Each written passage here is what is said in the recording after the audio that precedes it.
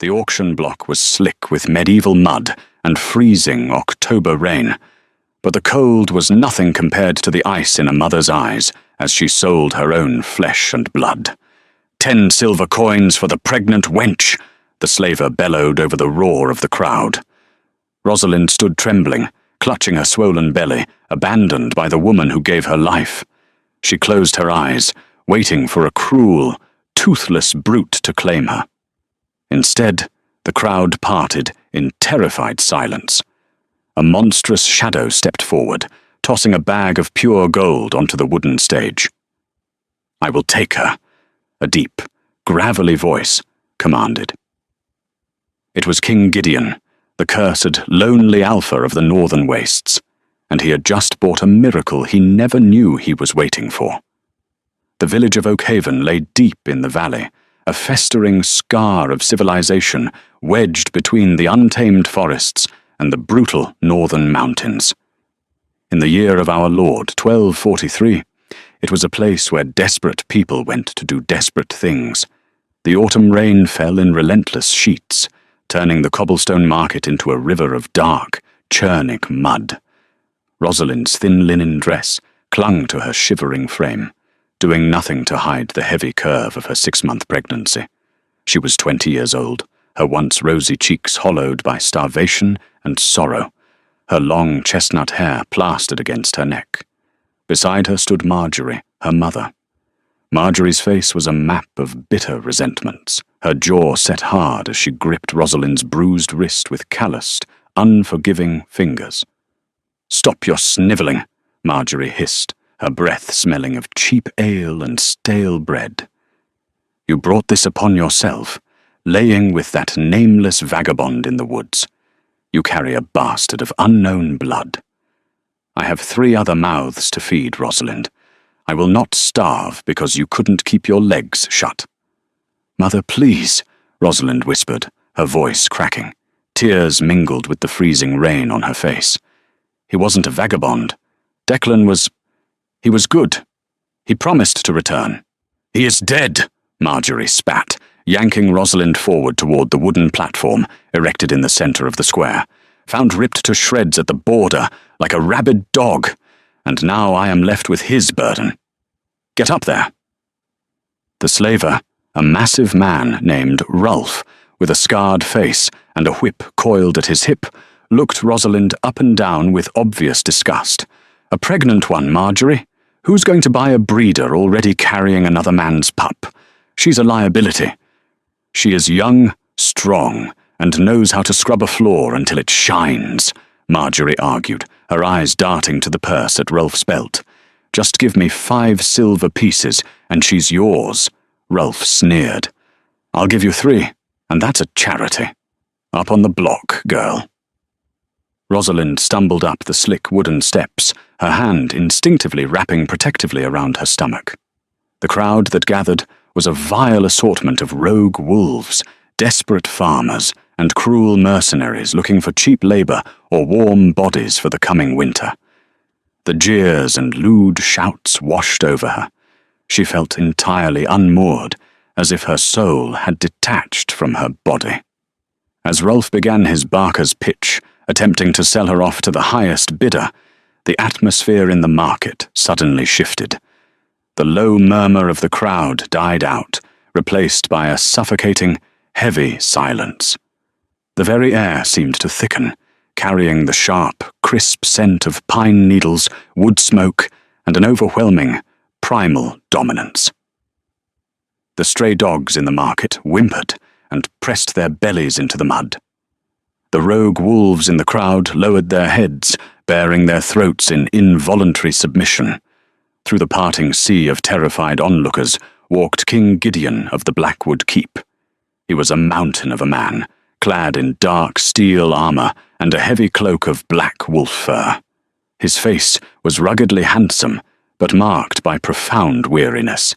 A jagged scar ran from his left temple down to his jaw, a testament to 100 battles fought and won.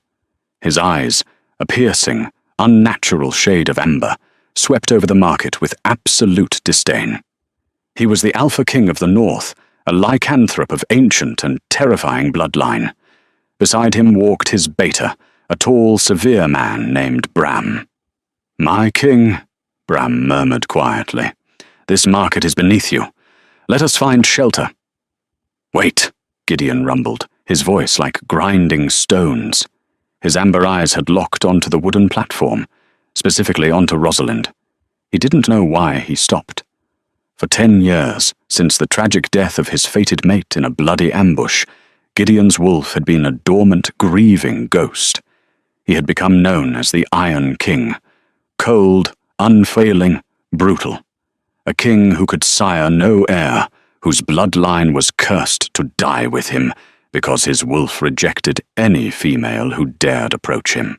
But right now, his wolf was scratching at the doors of his mind, pacing frantically, whining with a sudden, overwhelming protective instinct. The scent wafting from the terrified, soaked woman on the stage hit him like a physical blow. It wasn't the scent of a mate. It was something else. It was the scent of rain-washed lilacs, underlying a deep, resonant magic that made his dormant lichen blood sing. And beneath that, the faint, fluttering heartbeat of the child in her womb. "Who will give me 10 silver coins for the pregnant wench?" Rolf bellowed, unaware or too foolish to notice the king's fixed stare. "She can clean, she can cook, and she's not hard to look at if you wash the mud off." A filthy rogue near the front grinned, revealing rotting teeth. "I'll give you 8. I need someone to warm my bed, and I don't mind the extra baggage."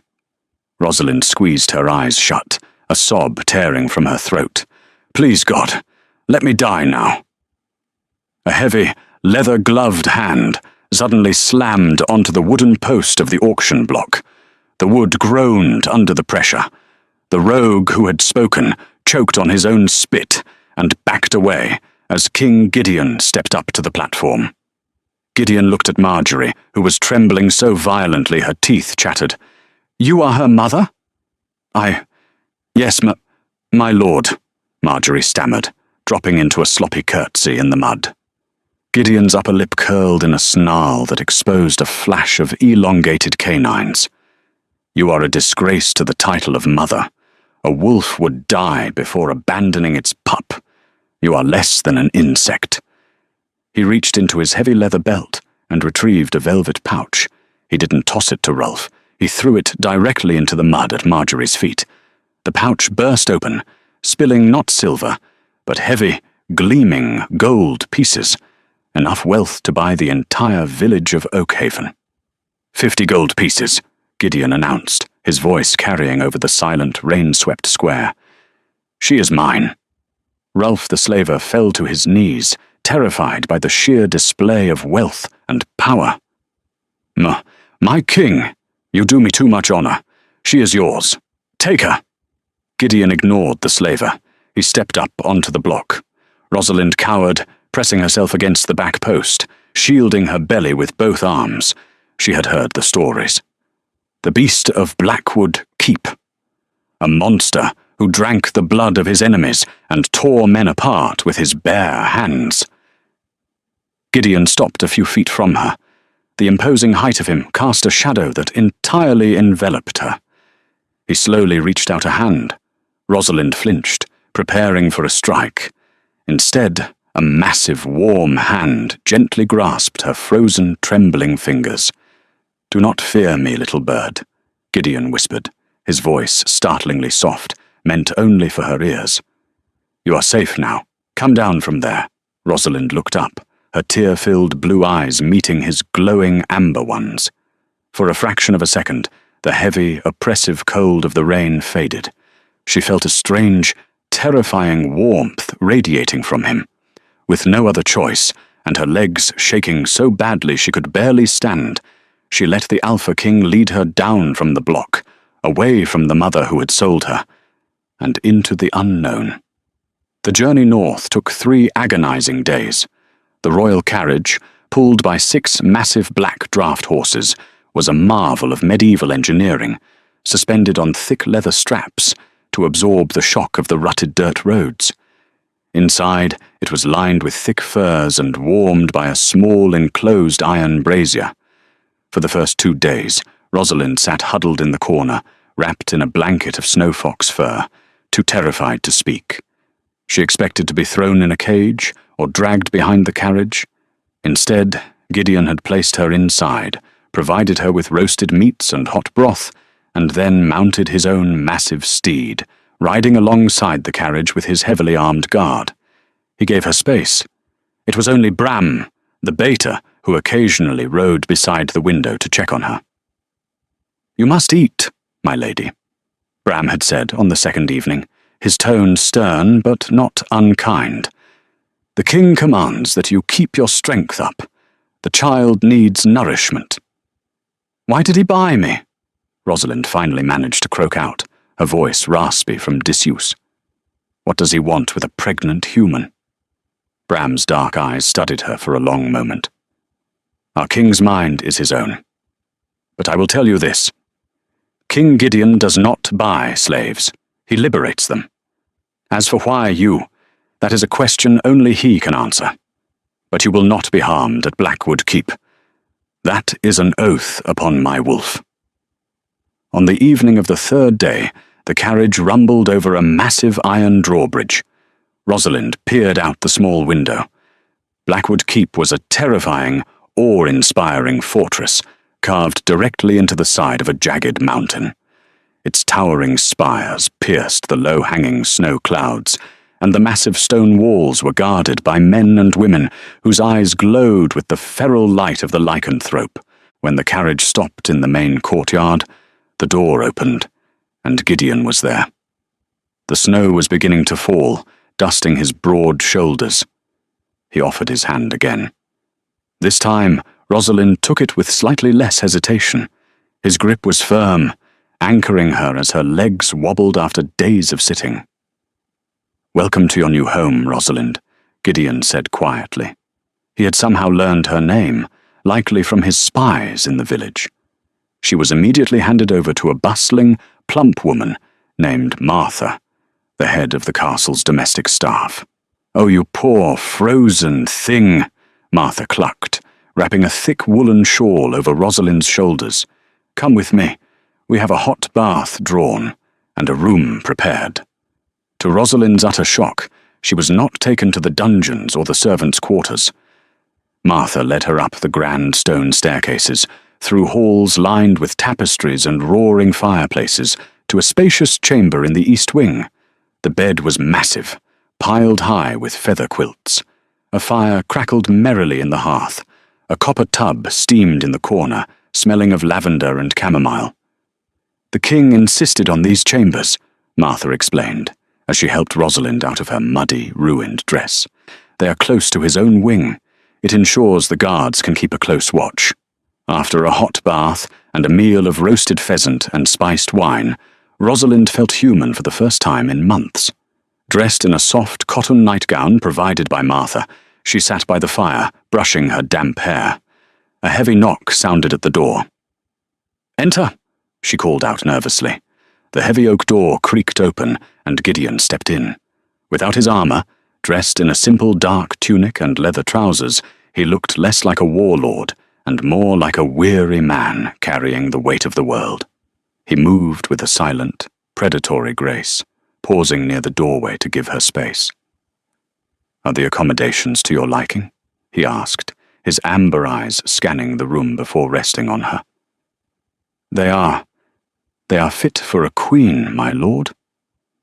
"I don't understand," Rosalind said, clutching the brush tightly. "I am a peasant. My mother sold me for less than the cost of a good pig. Why are you doing this?" Gideon sighed, a deep, rumbling sound in his chest. He walked over to a heavy wooden chair across the hearth and sat down, leaning forward, resting his elbows on his knees. "I have been king of this pack for 15 years, Gideon began, his voice low. 10 years ago, my mate, the woman who was meant to rule by my side, was murdered by rogues.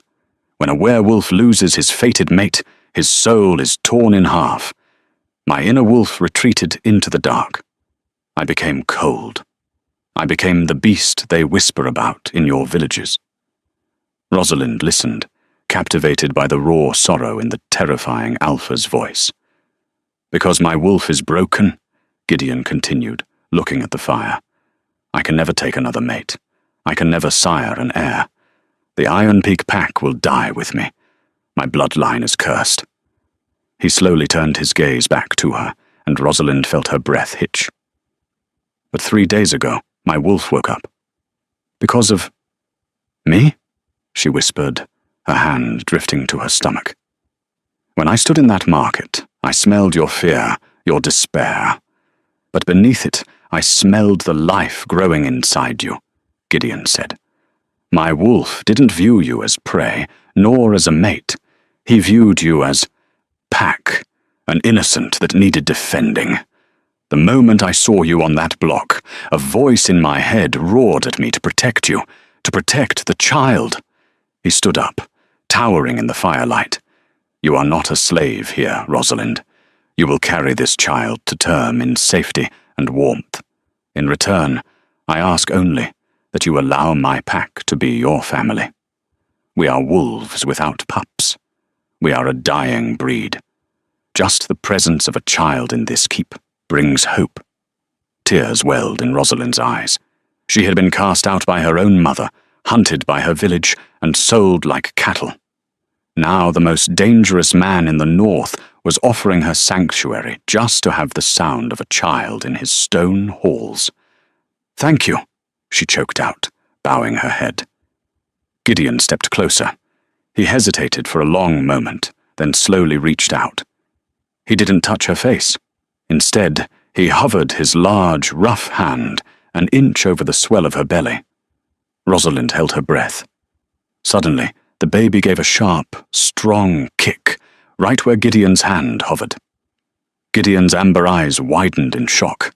A genuine, breathless smile broke across his rugged face, making him look breathtakingly handsome. "He is strong," the king murmured, pulling his hand back. "Rest now, Rosalind. No harm will come to you here." As he left the room, Rosalind realized something profound. The beast of Blackwood Keep wasn't a monster. He was just a lonely, grieving father without a child. The months passed, turning the autumn mud into a brutal, pristine northern winter. The snow piled high against the stone walls of Blackwood Keep. But inside, Rosalind knew only warmth. Her life in the fortress was a dream she feared waking from.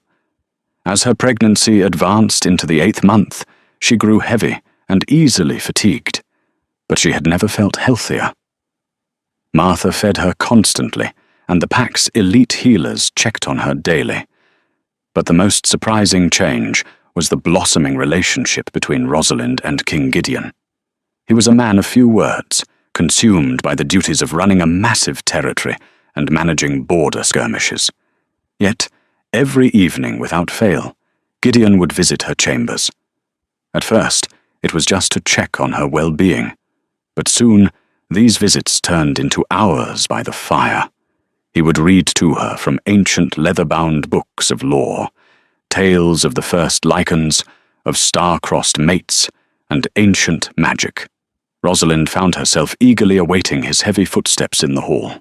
She learned the nuances of his moods, the tightening of his jaw when the southern borders were threatened, the softening of his amber eyes when he watched her sew clothes for the baby. "You are staring, my king," Rosalind teased softly one evening in late December. She was seated in her rocking chair, struggling to hem a tiny linen shirt due to her swollen fingers.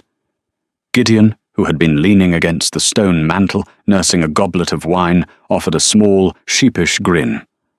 "I apologize. It is just peaceful.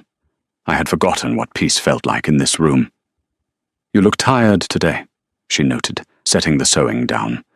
"Bram seemed agitated this morning." "Is there trouble?"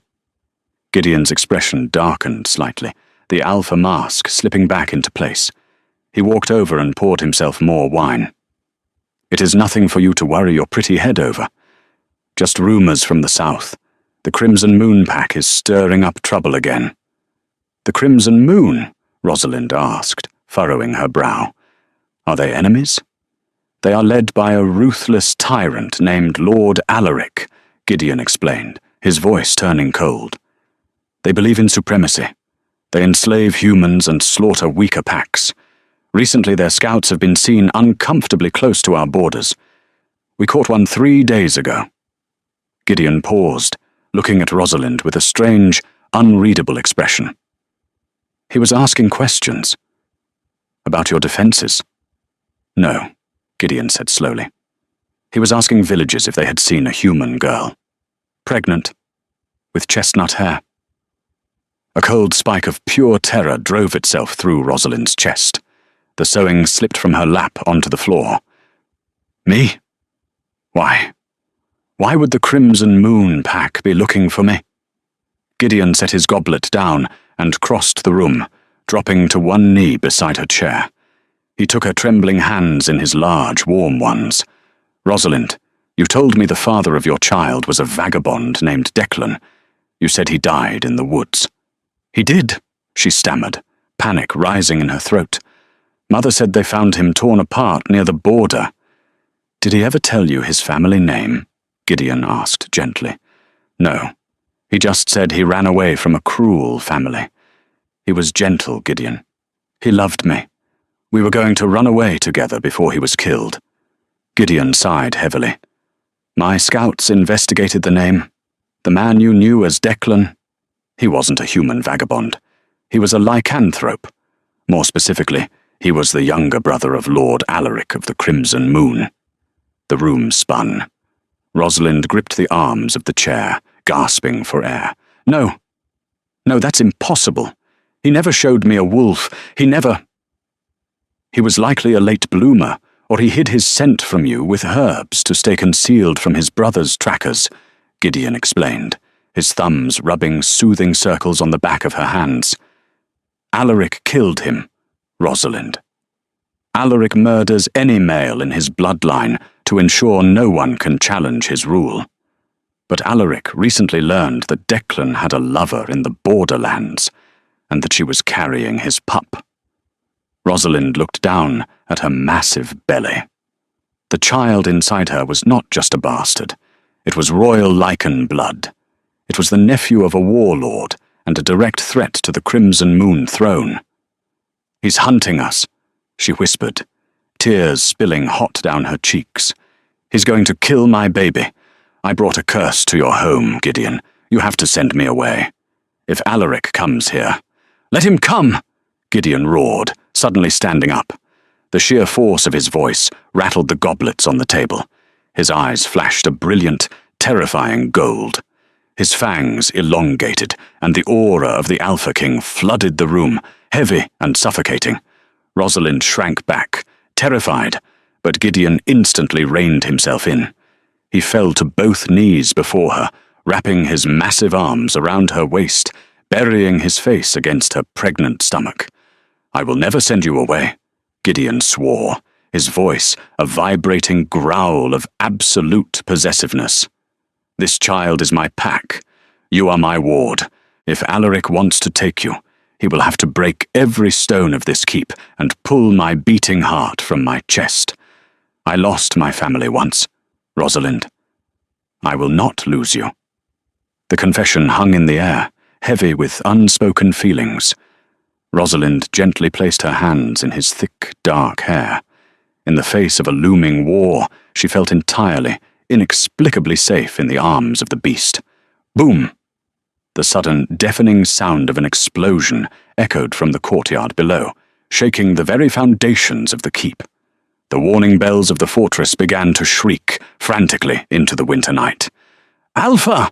Bram's voice roared from the hallway, followed by the sound of heavy armored boots running toward the door. Bram burst into the room, a bloody broadsword already drawn. They are here! The Crimson Moon! They've breached the lower gate!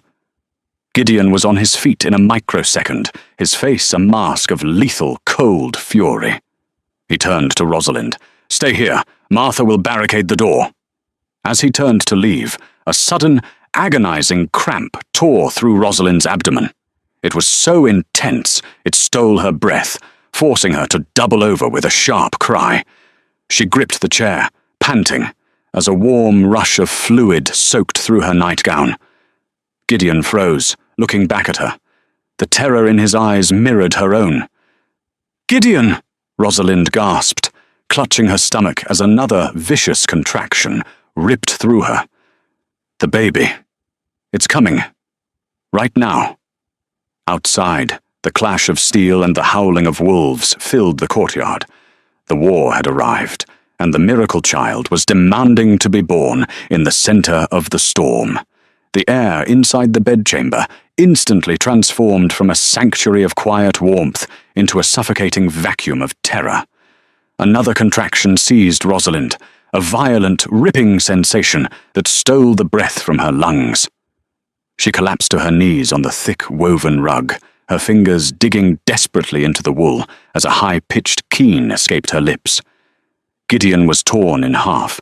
The heavy, iron-shod boots of his soldiers thundered past the chamber door, accompanied by the chaotic, guttural roars of invading lichens scaling the lower battlements.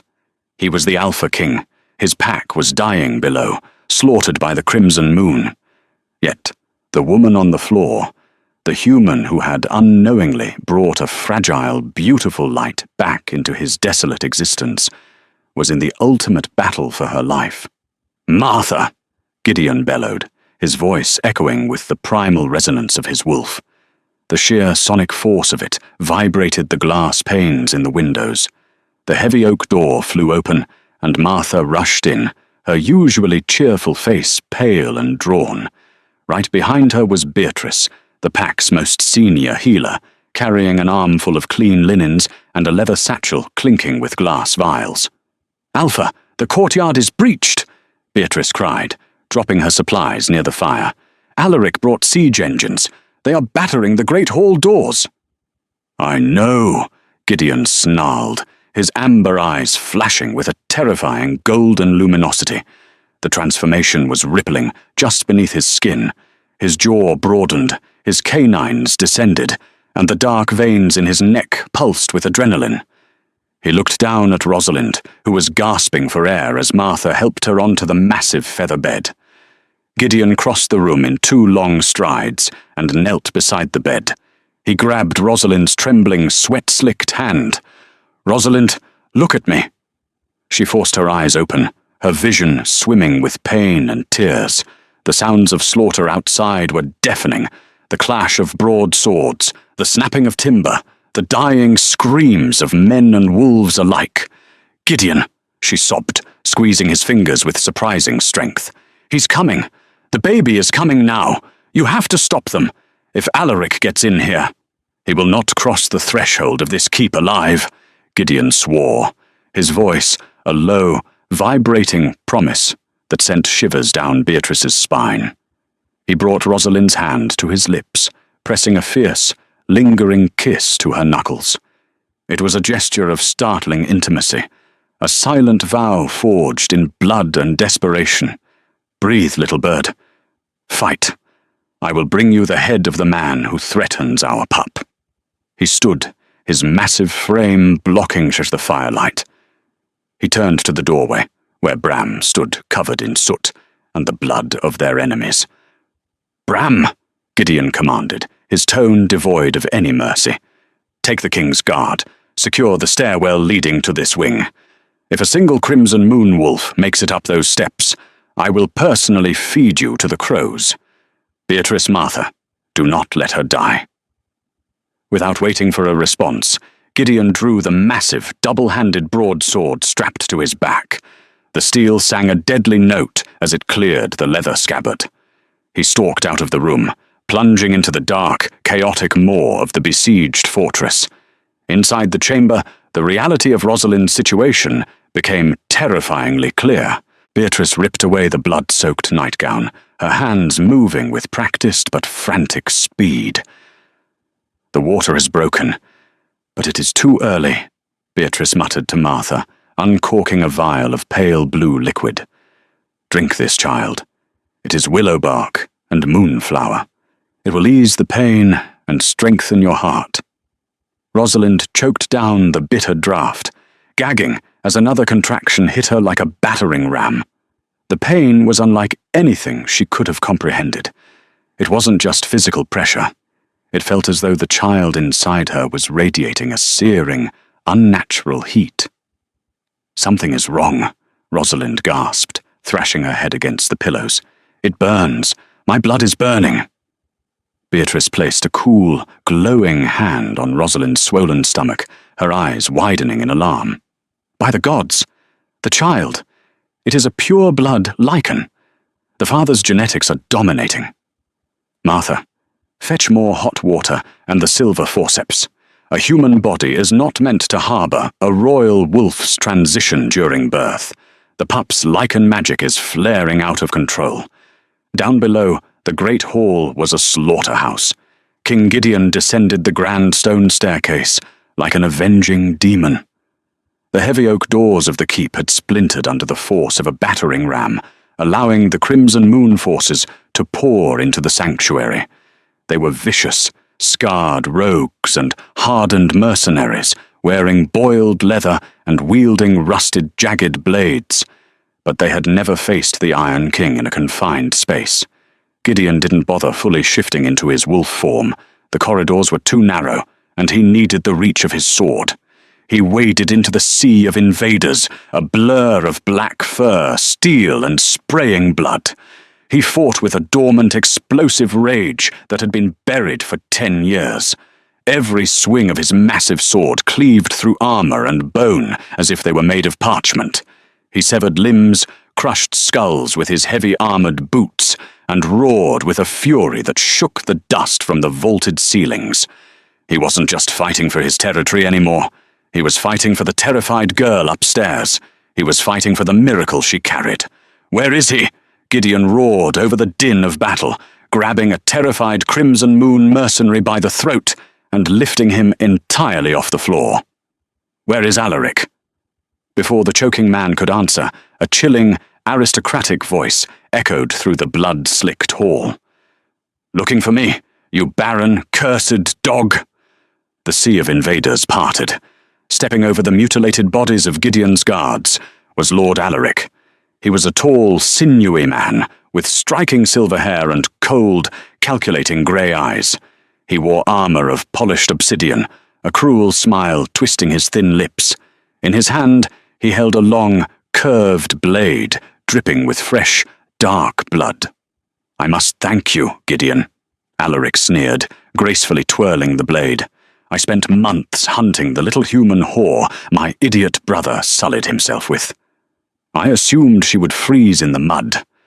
I never imagined the great, tragic King of the North would offer her a warm bed and a fortress to die in. You made finding the bastard so much easier." Gideon dropped the mercenary, his broad sword resting lightly in his grip, the tip scraping the stone floor.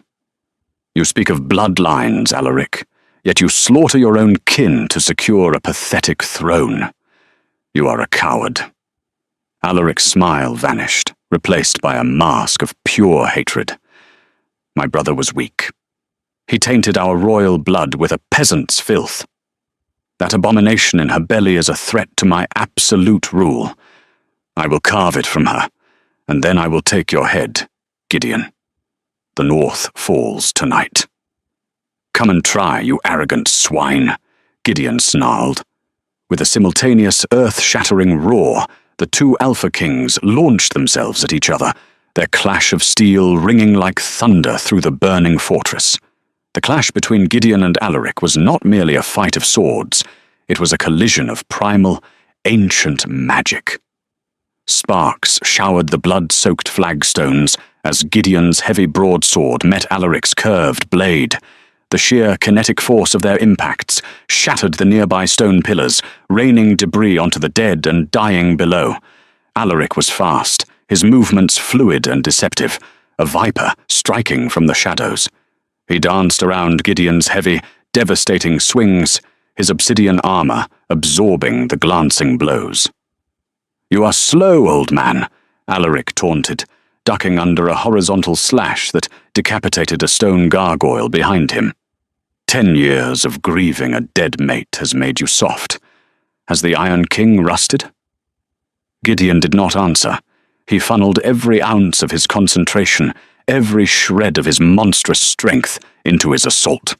He could hear the faint, agonizing screams of Rosalind echoing down the stairwell, piercing through the din of battle. Each cry was a physical lash against his heart. She is failing. His inner wolf whined, pacing frantically in his mind. The pup is tearing her apart. Alaric sensed the distraction. With a burst of unnatural lichen speed, he feinted to the left, slipping past Gideon's guard. The curved obsidian blade sliced upward, biting deep into the gap of Gideon's armor beneath his ribs. Gideon grunted, staggering backward as hot blood poured down his side. Alaric laughed, a cruel, triumphant sound. Wolfsbane poison on the edge, Gideon. You will feel your veins turn to ice before your heart stops. I will make sure you are still breathing when I drag the human's corpse down the stairs. Upstairs, the chamber was a scene of utter desperation. Rosalind was delirious, her skin burning with an unnatural fever. The blood vessels beneath her pale skin glowed faintly, a terrifying manifestation of the royal lichen magic surging from the child into her human circulatory system. "Push, Rosalind! You must push!" Beatrice screamed, her hands slick with blood. "The child is crowning, but his shoulders are broad. If you stop now, you will both die." "I can't!" Rosalind sobbed, her head thrashing, her voice weak and broken. "It hurts too much. Let me go, Martha. Please, just let me die." "Do not say that." Martha wept, wiping Rosalind's forehead with a cool cloth. "Think of the king. Think of the sanctuary he gave you. You are a mother. Fight for your son." Down in the hall, the wolfsbane tore through Gideon's system, a burning, paralyzing agony that sought to freeze his lungs. He dropped to one knee, leaning heavily on the hilt of his broadsword, his vision blurred. Alaric approached slowly, raising his blade for the killing strike. A pathetic end for a legendary beast. Goodbye, Gideon. As the blade descended, a sound shattered the night. It was not the clash of steel, nor the roar of a wolf. It was a high, piercing scream from the upper chamber, followed instantly by a sound that made every lichen in the fortress freeze in their tracks. It was the cry of a newborn. But it was not a normal baby's wail. It carried a strange, heavy resonance, an undeniable, commanding frequency that vibrated in the chest of every werewolf present. The undeniable cry of an alpha heir. For Gideon, that cry was a spark dropped into a barrel of black powder. The dormant, grieving wolf within him, the soul that had been broken 10 years ago, suddenly, violently snapped fully awake. The sheer, overwhelming need to protect his new pack, to safeguard the child born under his roof, obliterated the paralyzing effects of the wolfsbane. Gideon's eyes snapped open, blazing with blinding, incandescent gold. Before Alaric's blade could touch his neck, Gideon's hand shot out with terrifying speed, wrapping his massive armored fingers around Alaric's throat. Alaric's eyes bulged in shock. "My bloodline doesn't fall!" Gideon rumbled, his voice no longer human. It was the voice of the mountain itself.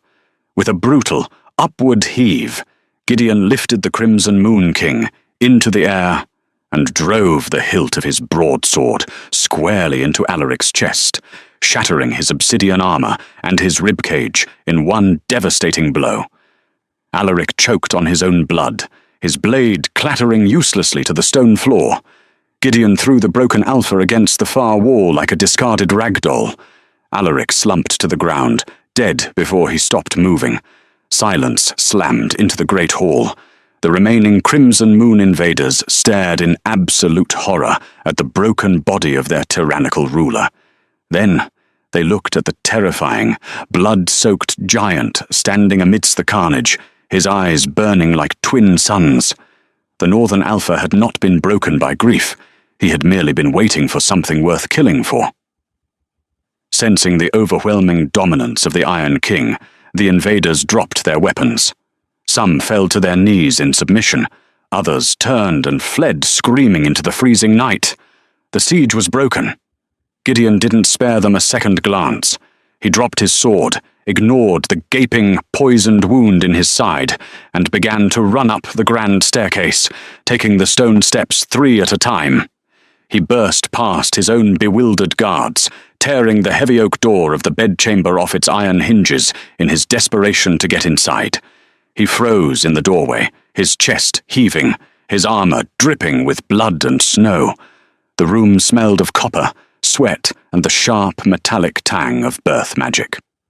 Martha sat in the rocking chair by the fire, weeping softly as she held a bundle of blood-stained linens. From within, the bundle came the quiet, rhythmic sounds of a healthy infant. But it was the bed that drew Gideon's terrified gaze. Rosalind lay perfectly still against the pillows. Her skin was the colour of ash, her lips tinged with blue. Beatrice was pressing frantically against Rosalind's chest, her face bathed in panicked tears. "No," Gideon whispered, the word tearing from his throat.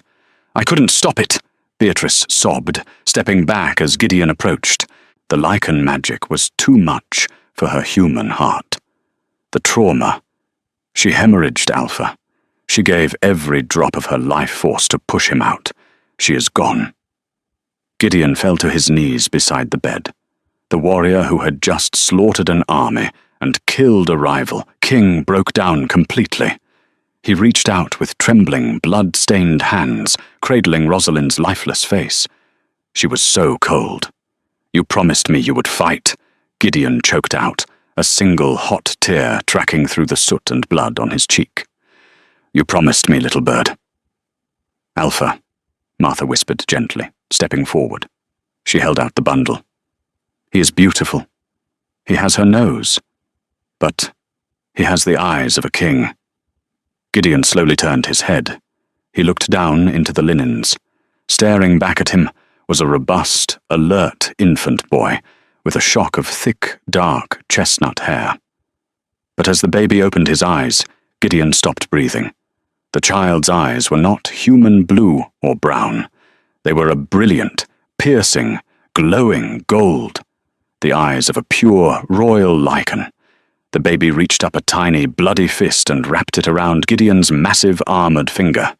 A jolt of pure, unadulterated pack magic shot up Gideon's arm, settling deep within his chest. In that single perfect moment, the child accepted Gideon. Not Alaric, not the dead vagabond Declan.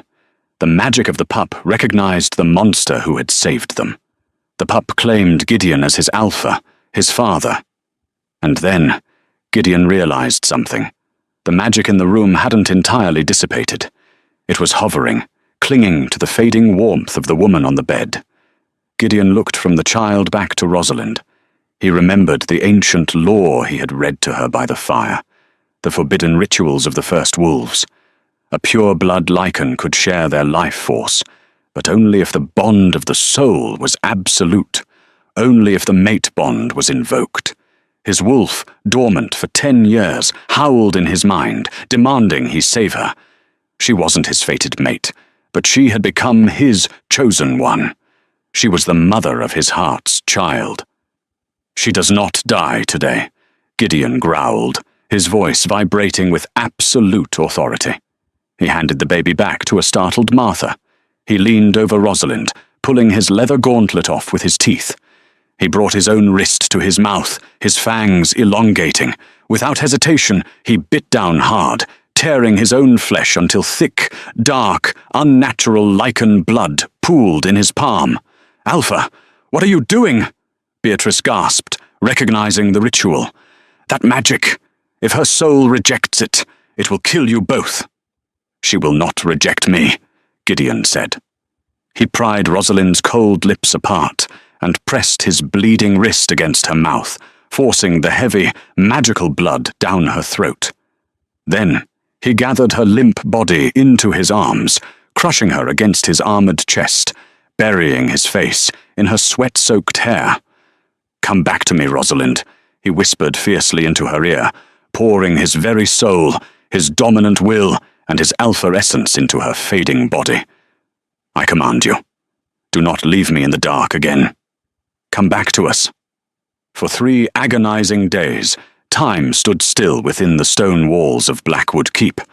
The dead were burned on massive pyres in the valley, the black smoke a stark warning to the south that the Iron King was not to be challenged.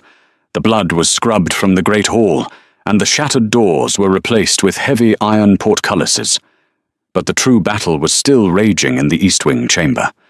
Rosalind lay in a deep, unnatural coma. The lichen blood Gideon had forced into her veins was fighting a violent war against her mortal frailty. Her temperature spiked to lethal levels, and her veins pulsed with a terrifying, golden luminescence beneath her skin. Gideon did not leave her side. He refused to have his own poisoned wound treated properly, allowing Beatrice only to bind it with basic bandages. He sat in the heavy wooden chair beside the bed, holding Rosalind's hand, his amber eyes fixed on the shallow rise and fall of her chest. In a small wooden crib near the fire, the baby slept soundly, watched over by a fiercely protective Martha. The child was impossibly strong, already lifting his head and demanding milk with a terrifying, deep-timbered wail that sent the castle guards scrambling. On the evening of the 3rd day, the winter storm outside finally broke, revealing a brilliant, pale moon that cast silver light across the bed. Gideon's head was bowed, exhaustion finally dragging him towards sleep.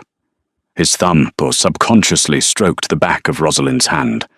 Suddenly, the golden glow beneath her skin flared brilliantly, then vanished entirely. Her skin returned to a healthy, flush pink. Gideon's head snapped up. He felt the shift in the air. The heavy scent of blood and sickness was gone, replaced by the overwhelming, intoxicating fragrance of rain-washed lilacs and something new, the distinct, undeniable scent of a lichen mate. Rosalind's eyelashes fluttered. She drew a deep, shuddering breath, her chest expanding fully for the first time in days. Slowly she opened her eyes.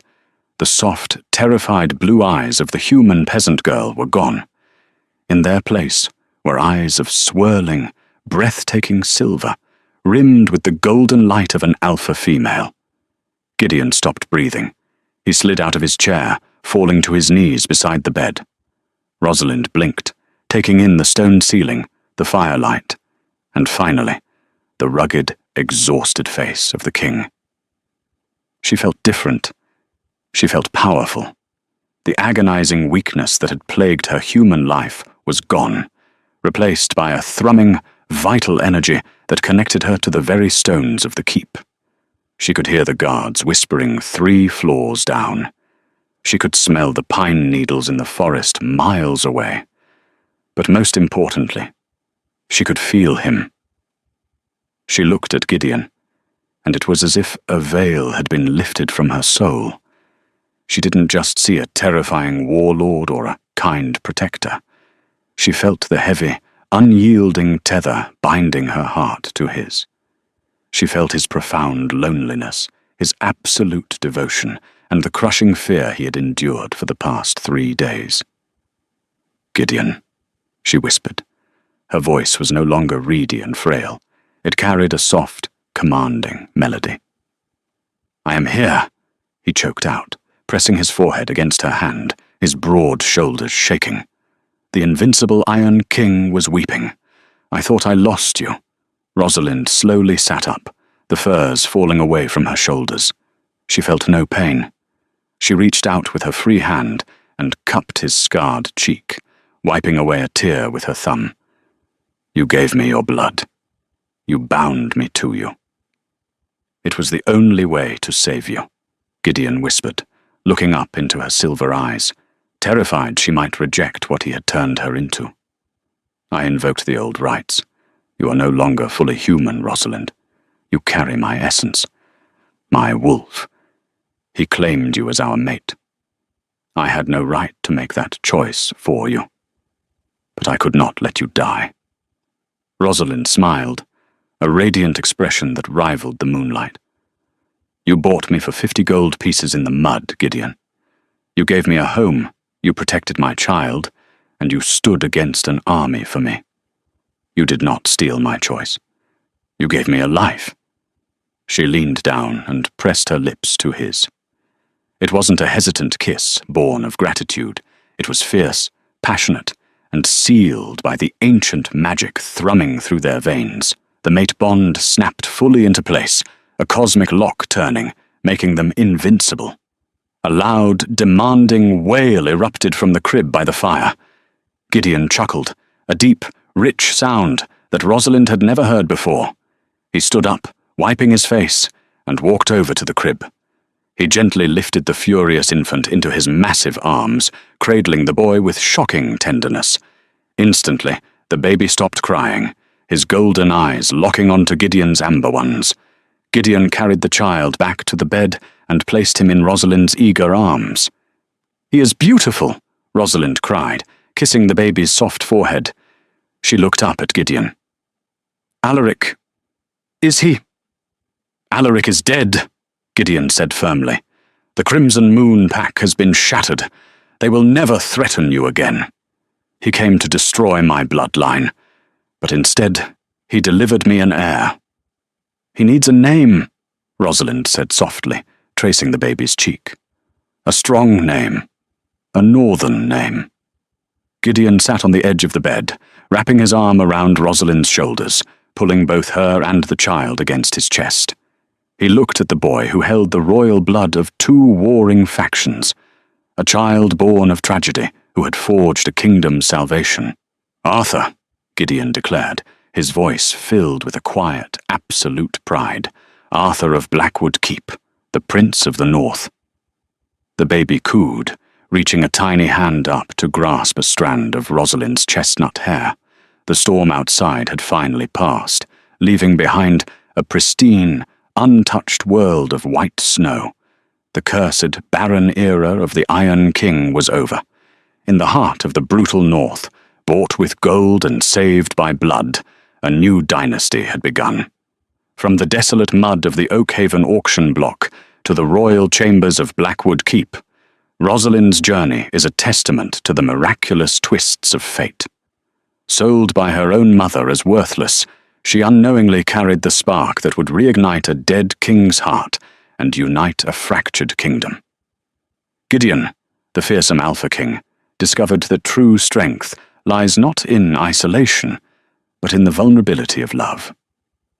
Together, a broken warlord and a desperate peasant girl forged an unbreakable bond, defying ancient curses and rival armies to protect the miracle child, Arthur. Their story whispers through the northern pines, a legendary reminder that even in the darkest, coldest corners of the world, hope can be bought, love can be earned, and destiny will always find a way to rewrite the stars. The beast found his beauty, the king found his queen, and the North finally found its peace.